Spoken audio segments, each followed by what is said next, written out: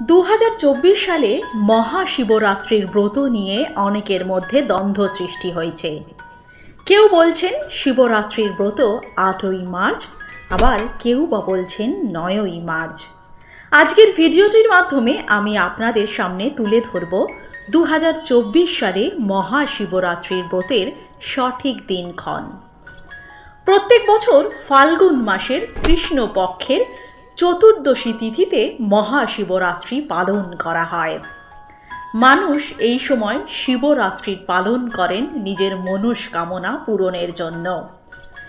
তিথি অনুসারে 2024 সালে ফাল্গুন মাসের কৃষ্ণ চতুর্দশী তিথি পড়েছে 8ই মার্চ রাত 9:57 থেকে এবং এই তিথি শেষ হচ্ছে 9ই মার্চ সন্ধে 6:17।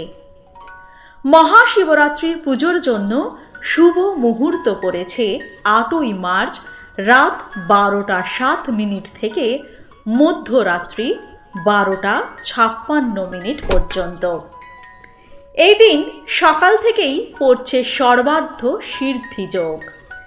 8ই মার্চ সকাল 6:45 থেকে 10:41 পর্যন্ত থাকবে সর্বার্ধ সিদ্ধি যোগ। এছাড়া 8ই মার্চ 4:45 থেকে 9ই মার্চ সকাল 12:45 পর্যন্ত থাকবে শিবযোগ।